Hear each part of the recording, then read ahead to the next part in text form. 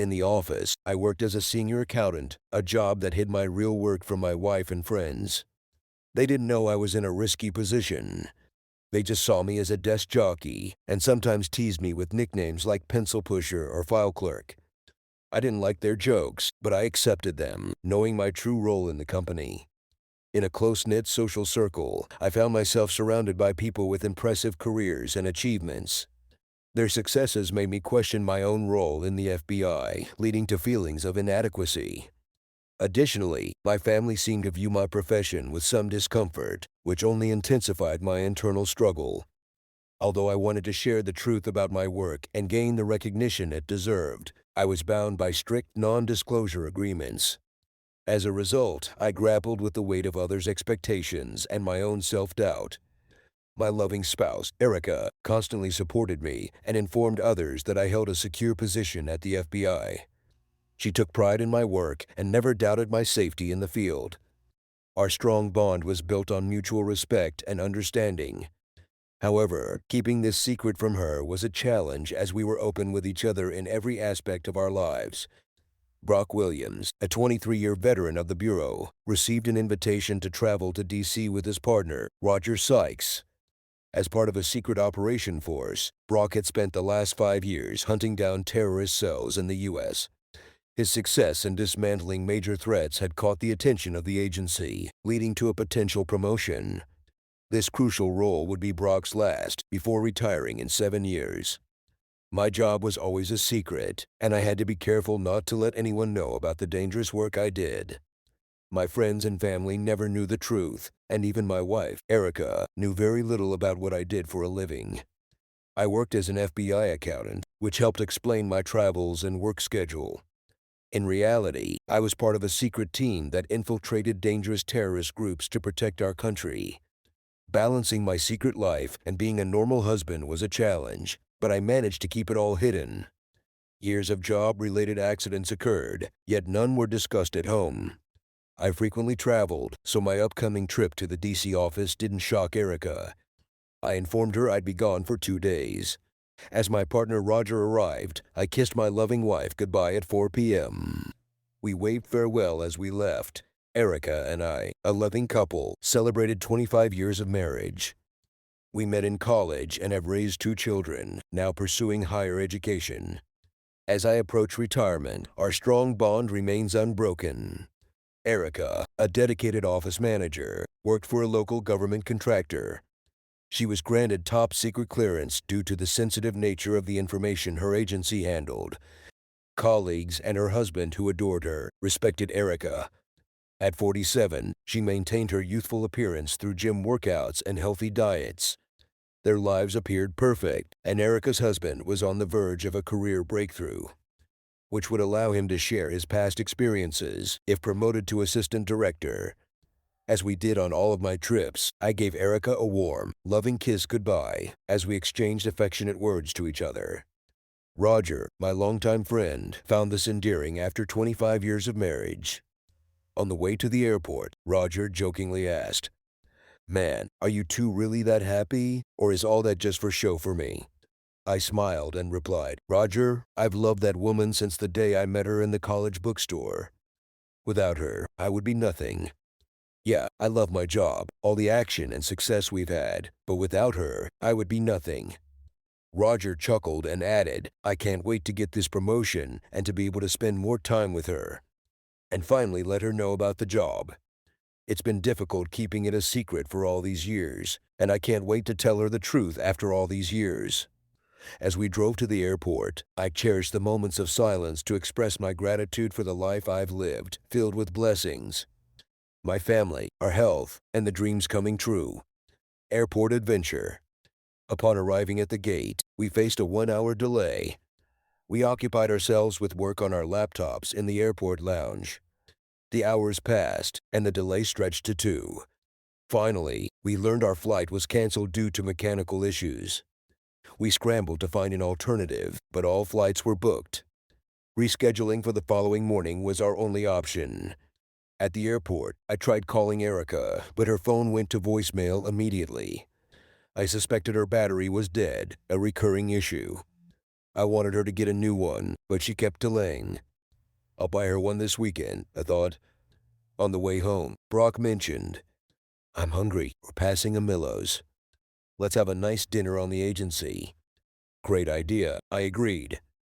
I'm craving steak, and a Millo's is perfect. Expensive, but the agency covers it. Just before 8 p.m., we settled into our seats and began ordering our first drink.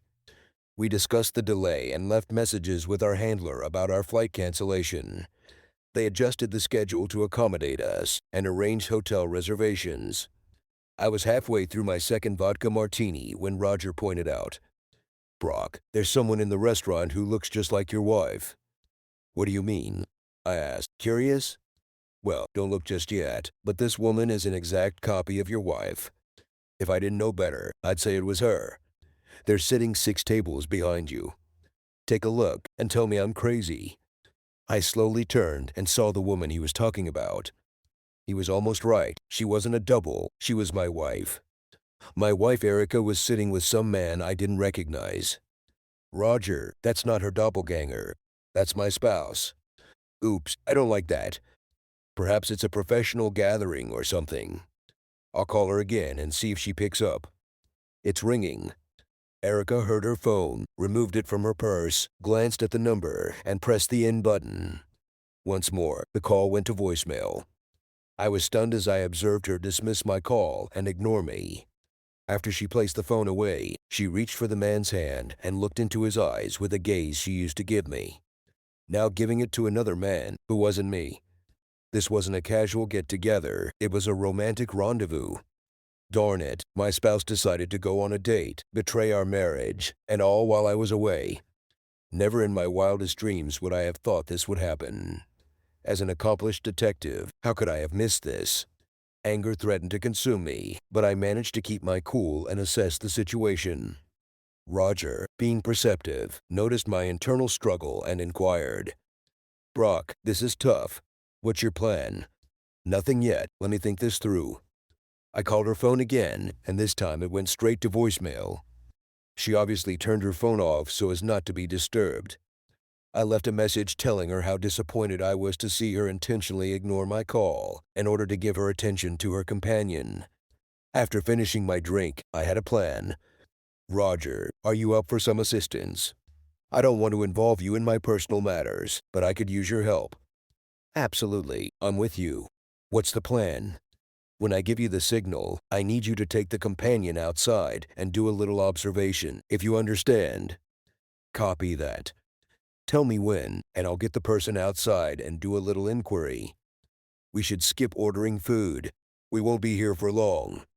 Let's grab something on our way after dealing with these two. After a few minutes, she stood up. Brock, she's going to the restroom. Great, you take him outside, and I'll sit in his spot at the table. It should make for an interesting moment when my wife returns. Brock, this situation is wrong, and I apologize. It's not your fault. Now go handle it.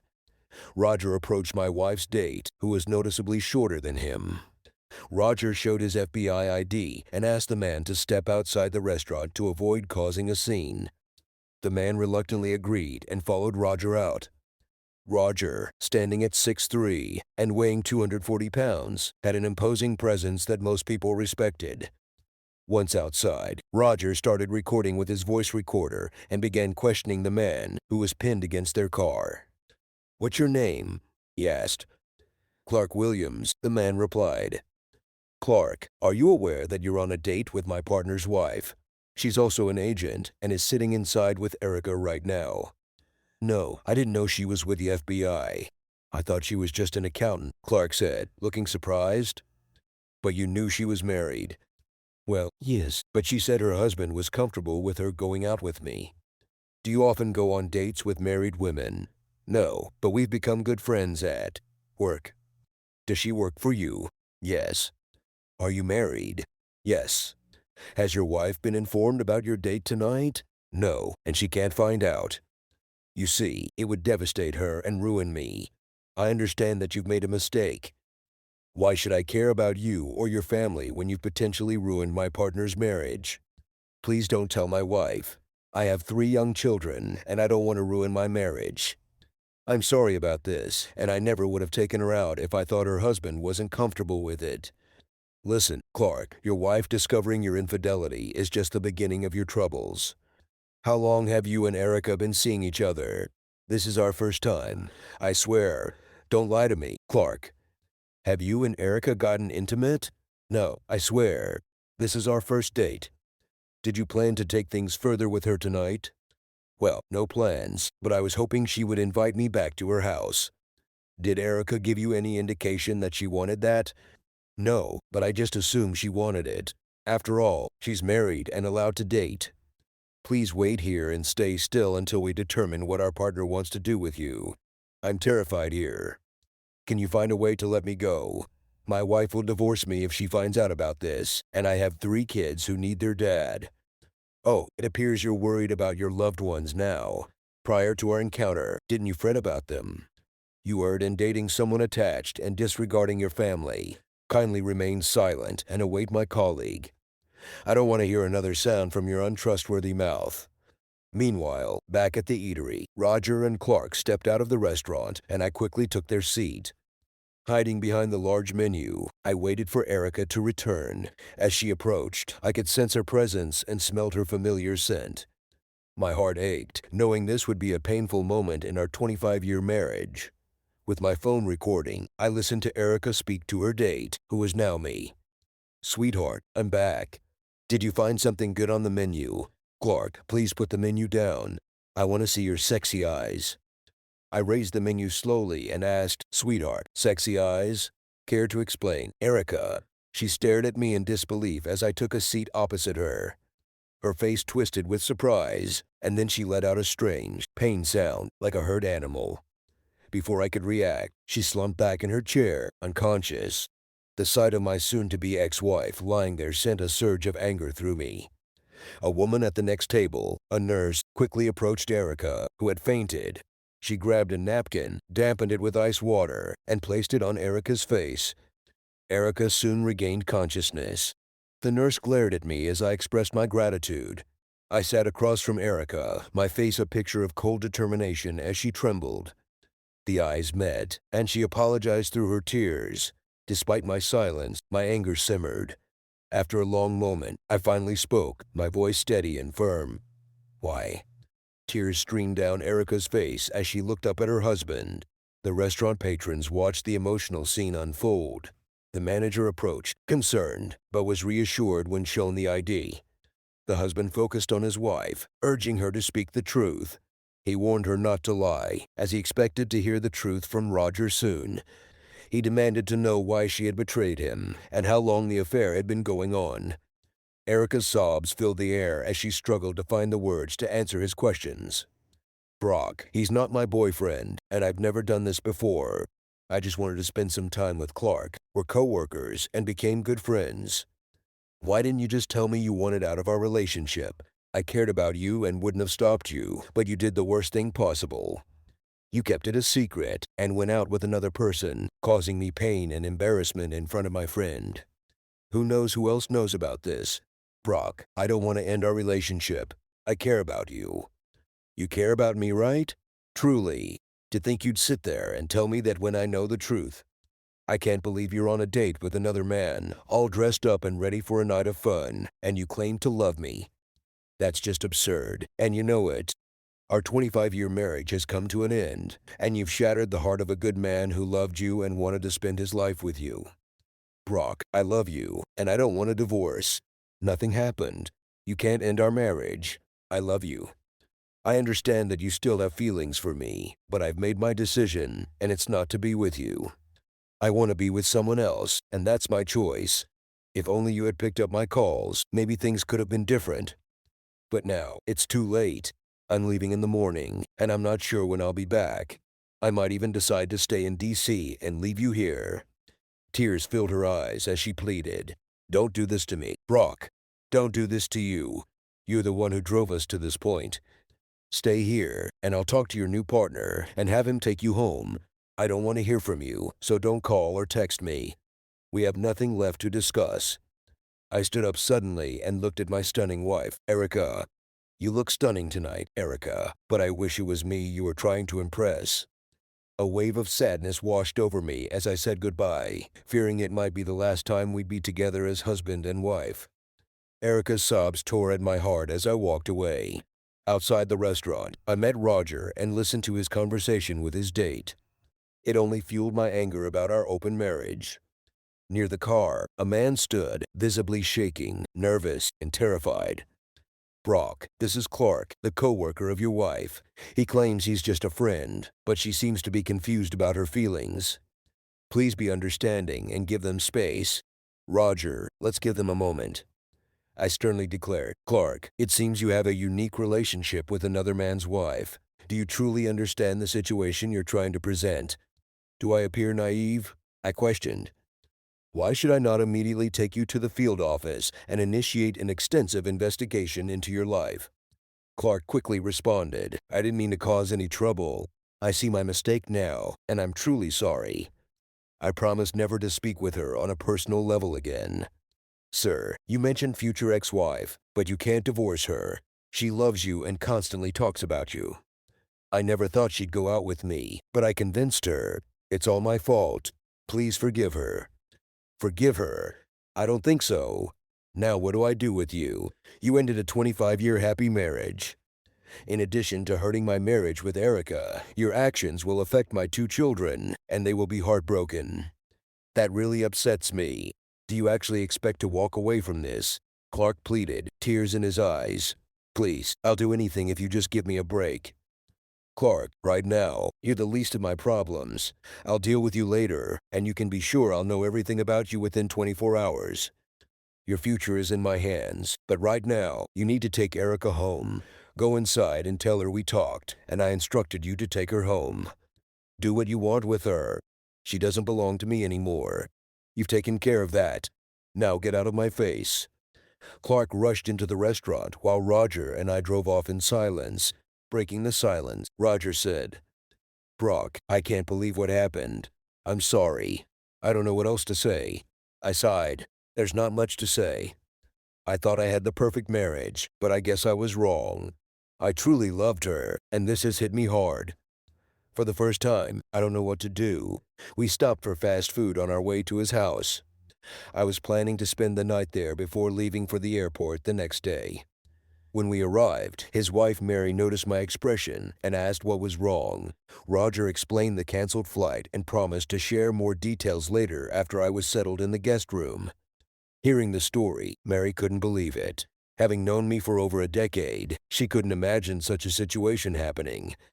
Like everyone else, she thought our marriage was perfect. Erica opted not to accompany Clark, instead taking a cab to their vacant residence. Clark wisely admitted his actions to his spouse, but no divorce ensued. Though his life would temporarily be challenging, his confession and lack of infidelity preserved their marriage. Brock knew about the ongoing investigation in Las Vegas, where he played a crucial role. He had infiltrated a cell and even recruited a member after a hit-and-run incident. However, the perpetrator wouldn't face much jail time. Now in D.C., he was preparing to pass the lead to the Nevada field office. His promotion would move him away from the field and the dangers he faced in the past 5 years on the task force. As Brock's life became chaotic, his adrenaline surged. He told the director he wanted to stay on the task force and complete the final case. The director resisted, but Brock insisted, arguing that the promotion could wait a bit and he needed to be part of the takedown. He believed the agency owed him this one request. Since Brock discovered the terrorist cell and played a crucial role in its success, the director reluctantly agreed, allowing him to remain the lead agent on the case. The director then called James Dillard, who was set to take over the operation. "James, this is Director York. I need you to step aside as I've chosen Brock to lead this operation. He'll be leaving this afternoon, and I want you to help him understand the plan." Clearly, James was disappointed, but he agreed to follow the director's orders. The director emphasized the importance of teamwork and cooperation, ensuring that James would fully support Brock in their mission. Director York glared at Brock and Roger. "Don't question my decisions. You two are going on this mission. It's your last chance. Be back by Monday." Operation Takedown. As they walked towards the Bureau's jet, Roger worriedly asked Brock, "Is this a good idea? You've been struggling lately." Brock sighed. We have a job to do. We'll get it done. Roger, I have to do this. I'm so full of energy and frustration, and I need to channel it into this mission to clear my mind and figure out my next move in my personal life. We met James at the airport, then went to the staging area for our operation. He wasn't thrilled about me taking charge, but he remained professional and supported me. Everyone knows my reputation, and they respect me. After reviewing the plan, we decided to take down the terrorist cell just before sunrise. A group of black subs discreetly lined up near an ordinary house. 6 people dressed in outdoor clothing approached the house next door. Instead of the usual formation, the leader, Brock, chose to lead the team into the suspect's home, even though James strongly disagreed. Determined to stop the danger and break up the extremist group, Brock ignored the concerns of his team. Brock charged into the house, driven by determination. Loud noises and screams echoed through the halls. He yelled for everyone to leave, knowing one person had a dangerous device. Bob, pinned in the doorway, relayed the message for everyone to evacuate. In a heated standoff with a Middle Eastern man, Brock attempted to defuse the dangerous situation and avert a disastrous explosion. As the tension mounted, Brock recognized the man before him as Ahmed Mosul, a wanted terrorist on the FBI's most wanted list. All the agents managed to escape the house, along with 4 terrorists who were captured. Now, it was just Brock and Ahmed, locked in a stare down. Brock knew Ahmed was about to activate the trigger mechanism, but he tried to persuade him otherwise. Just then, a door from the kitchen swung open, revealing a puzzled 5-year-old girl. "Ahmed, don't do it. Consider your daughter. Let her leave the house. Please." Ahmed was determined and pressed the button. Brock prepared for the blast, but to his surprise, there was no explosion. Ahmed kept trying to set off the bomb, but it wouldn't ignite. Seizing the chance, Brock aimed his .45 caliber pistol and fired 2 shots at Ahmed's head. As Ahmed fell, Brock grabbed the little girl and rushed out the door. Brock carried the girl a short distance from the house when the bomb exploded, sending them both flying into the street. The explosion set off a chain reaction, causing more explosives in the house to detonate, creating a massive blast. Amid the chaos, Brock lost consciousness, buried beneath the rubble. Miraculously, the girl emerged unscathed, protected by Brock's body. Brock's quick thinking saved the lives of 6 FBI agents, including his partner and the young girl. However, the force of the explosion threw him over 20 feet into the street, leaving him alive but severely injured, with extensive second-degree burns on his back, where his clothes were torn away. The mysterious countdown reached 0, and the house trembled as hidden explosives detonated. Ahmed, a devout believer, knew he couldn't be captured and questioned. He had to eliminate all traces of their plot against America. As the flames engulfed the house, he made the ultimate sacrifice for his cause. Meanwhile, Brock suffered severe burns in the explosion.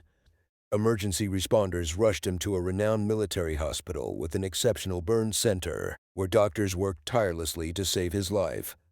America couldn't help but feel a mix of fear and determination. The stakes were higher than ever, and she knew she had to uncover the truth behind the explosive incident. At Walter Reed in D.C., she stayed by his side for days, not leaving. Despite the unspoken tension, she was treated as a devoted wife. Curious about the accident, she asked countless questions, but Roger and others remained tight-lipped. After a week of silence, she pleaded with the director for answers. "Director, I can't take this anymore. Please tell me what happened." "Erica, come with me," he said, leading her to a small office. He seated her and began. "What I'm about to share is confidential. Your top secret clearance allows you to hear this. Your husband has been a top agent on a secret terrorist task force for the past 5 years. No, that's not right. He works out of the field office as an accountant. Well, that was his cover, but he is our top agent and has solved a dozen cases across the city. Erica, your husband is a hero, but since this is a top secret task force, he can never be recognized for his amazing work." She sat there in shock, as every nerve cell in her body tingled with a recognition that every time her husband left home, he was in danger, and she never knew or worried. Not only was he a hero to the city, but to her as well. The director sat quietly to give her time to understand what he said. Tears rolled down her face as she took everything in. Erica Broad came up to discuss a promotion to become assistant director, but he decided to stay with his current operation and delay the promotion until his return. It turns out he broke some rules during the operation and entered the home recklessly, like a trained or a person with a dangerous attitude. This surprised Erica, and she asked the director, "Do you think he wanted to die?" Erica, Roger shared with me the issue in your marriage following the incident. Roger broke the rules by not mentioning his emotional state, or I would never have allowed an agent on a mission in that condition. It's possible that seeing you with another man set off a chain of events that led to this unfortunate situation. We're all hoping for a full recovery. The other agents have minor injuries and need a few weeks to recover, but we're especially concerned about Brock waking up from his coma soon. Oh my goodness, I never meant for any of this to happen. I thought it was just a one-time thing, and I'm so sorry for all the trouble it's caused. Erica stared at the floor, her heart heavy with regret. We all make mistakes, Erica, her companion said gently. You needed to understand your husband's role in the agency. If you need help, just let me know. As her companion left, Erica sat alone, tears streaming down her face. She felt a deep sorrow for her actions and her foolishness. With her hands covering her face, she whispered into the empty room, "Brock, I'm so sorry. You're the only man I've ever truly loved. What I did was wrong and selfish. Clark has always been kind to me, and I agreed to dinner with him. I knew it was a bad idea, but something pushed me to go. Please forgive me. I don't want anyone else. Please come back to me. I know it's all my fault." She continued to talk and cry until a nurse approached and noticed her distress. Upon identifying her, the nurse assisted her into an unoccupied bed, provided some calming medication, and allowed her to rest. The following day, she awoke from her deep slumber, disoriented, and recalled her conversation with the director. Tears filled her eyes once more. A nearby nurse inquired about her well-being and informed her that Brock had emerged from his coma a few hours earlier. Excited, she rushed to her husband's room. Standing in the doorway, she heard Roger conversing with the now-awake Brock. "Brock, what's all this about? Why did you rush in like that? Were you trying to get yourself killed?" Brock looked away, deep in thought. "Wow, I never expected that. So, you wanted to lead this operation to find a way out?" "Brock, so many people care about you, and that would have been a tough decision. I know you're going through a tough time, but that's no reason to give up. Roger, you're my good friend and partner, but you don't truly understand. I feel like I've reached the end of my rope. My life seems pointless without Erica, and she doesn't want me in her life anymore. Call me a coward or anything else you want, but the truth is, I don't want to live without her." Her heart ached as she listened to the words, and with a trembling lower lip, she moved past Roger and collapsed onto her husband's side. He stared in surprise at the unfolding scene. Roger decided it was best to leave them to their moment. "Baby, I miss you," she whispered, her eyes filled with tears. "I love you, and I don't want you to leave me. Please forgive me your silly wife and come back to me," she pleaded. She knew about the accident and his actions, and she asked him never to do anything like that again. The weight of his secret had been heavy, and she admired his strength. "You're an incredible man, and you're mine," she emphasized. Her voice filled with raw emotion she hadn't experienced in a long time. Brock stayed motionless, soaking in the embrace of the woman he had loved for years. Tears welled up as he felt the sting of her betrayal. Seeing his tears, she was flooded with guilt and wished to undo her actions from that fateful night. Erica pleaded, "Don't cry, my love. I'm here and I won't leave you. I love you deeply and will be together forever. I made a mistake, and I need your forgiveness. Please tell me you still love me." Brock sat in a sea of mixed feelings. She was the only lady he ever cherished, yet she was pouring her affection into another man. He struggled to comprehend the rationale, but chose to accept her apology for now and attempted to ease the ache in his heart. Following a lengthy quiet spell, he managed to organize his thoughts and addressed Erica for the first time since that fateful evening. "Erica, seeing you with another man left me heartbroken. I thought you felt the same way about me, but now I realize I was wrong. Your unhappiness should have been a sign, and I regret not being enough for you. Losing you made life feel pointless, but I survived a risky operation. It seems the good Lord still has a purpose for me." Erica stared at the letter in disbelief. The words seemed to dance on the page, each one more painful than the last. She had never expected to receive such a heart-wrenching message from her long-lost friend. As she reread the letter, she couldn't help but feel a growing sense of responsibility. She knew she had to help her friend, even if it meant facing her own demons. Determined, Erica set out on a journey to find her friend and bring them back from the brink of despair. Along the way, she encountered challenges and obstacles, but her determination never wavered. As she finally reunited with her friend, Erica was struck by the emptiness in their eyes. She knew she had to do something, and fast. Together, they began to unravel the tangled web of lies and pain that had consumed her friend's life. With Erica's unwavering support, they slowly began to piece together the truth and heal old wounds.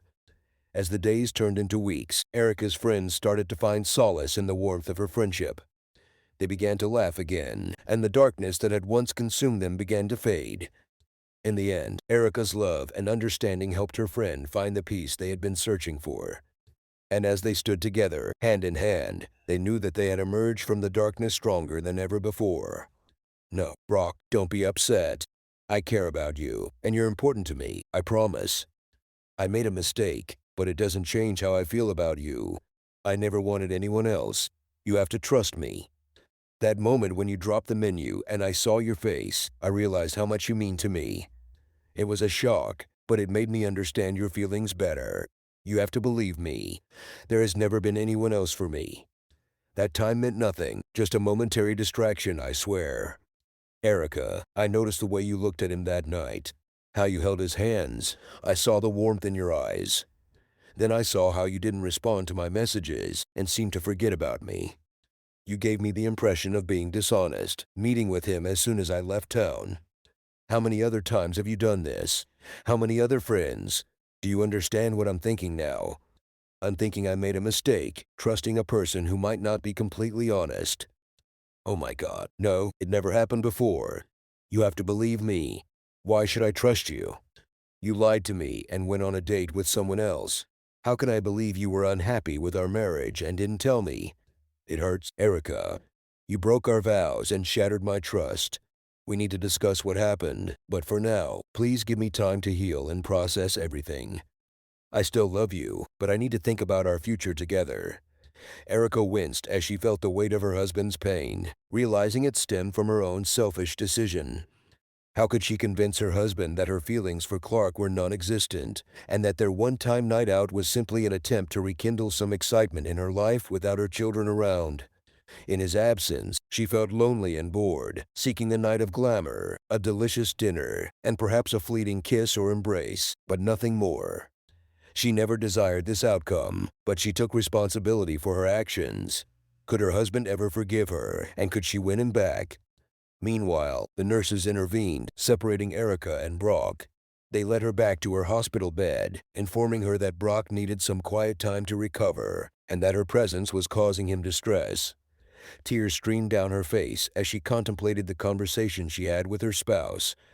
Despite feeling lost without him, she knew they needed to discuss their future. She wondered if he could ever forgive her for her actions, but she was determined to mend their relationship. The children arrived.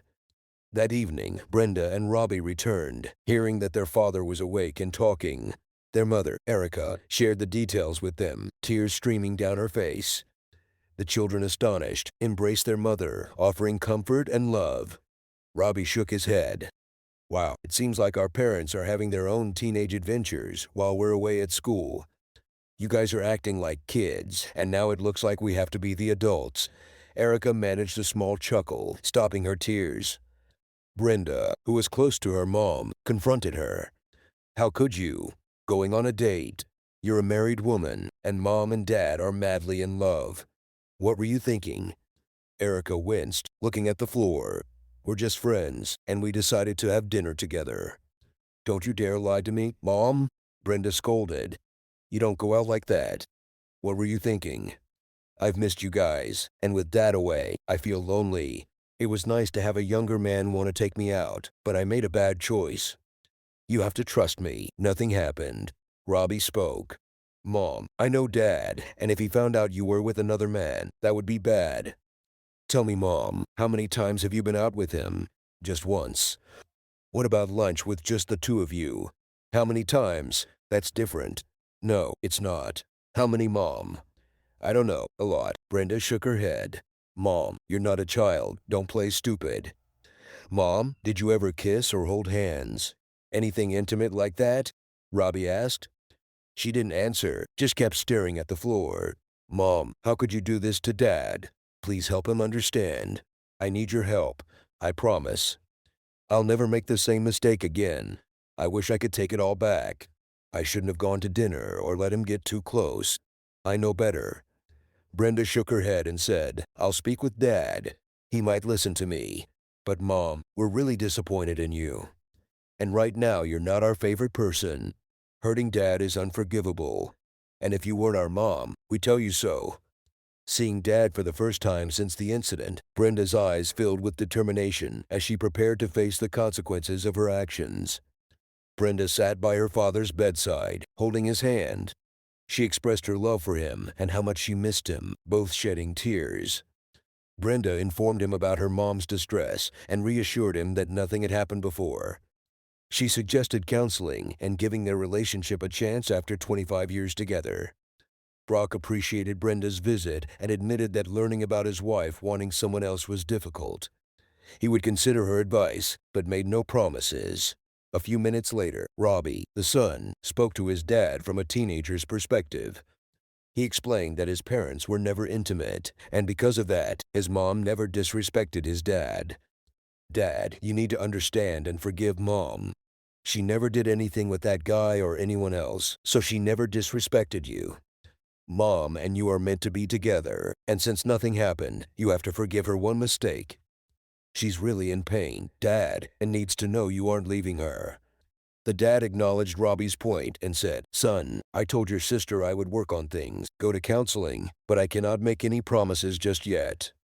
And son, when I'm better and back on my feet, you and I need to have a conversation about the meaning of respect in marriage. Okay, Dad, I understand, but just remember what I said. Mom wasn't like that with him. You are still her one true love, so don't give up without a fight. Brock felt a sense of pride in his children as they attempted to ease his heartache. Brock was released after 2 weeks and rented a town home. He would spend the next 2 months in rehab at Walter Reed Medical Center. 1 year later, Brock had become the assistant director and was living full-time in D.C. Meanwhile, Erica was back home, trying to sell the house they had shared for 25 years. During the 6 months they had been apart, Brock in D.C. and Erica back home, they had undergone marriage counseling via Zoom conference calls, making progress towards reconciliation, though it was a rocky journey. Brock and Brenda's family reunited at her graduation, sharing a moment of happiness after overcoming challenges. As they reminisced about their life together, they felt a renewed sense of normalcy. Later that night, Brock and Erica rekindled their love in a hotel, expressing their emotions through affection and tears. Erica vowed to be the best wife she could be. 2 months later, their house sold, and Erica moved into Brock's luxury townhome in D.C., ready to start anew and leave the past behind. 3 years later, Brock rose to the position of FBI director, earning prestigious awards like the FBI Medal of Valor. His friends and family, unaware of his true role, were amazed by his accomplishments. The couple's life blossomed as they spent more time together. Brock traveled less, ensuring his wife's loneliness vanished. After a year, Erica stopped apologizing for her past mistakes, realizing how close she came to losing her beloved. Grateful, she expressed her love and appreciation daily, strengthening their bond. Brock and Erica overcame obstacles and rekindled their love. They spent the next 2 decades together, cherishing their family and grandchildren. Though they faced heartache when Erica passed away, they reunited in the afterlife, their love eternal. I've been waiting for you, she whispered, her voice filled with warmth. What took you so long? Their laughter filled the room, creating a lively atmosphere. In that moment, they felt a deep connection. Their love, strong and enduring, brought them closer together. Thank you for listening. Please subscribe to my channel Relationship Haven for more stories.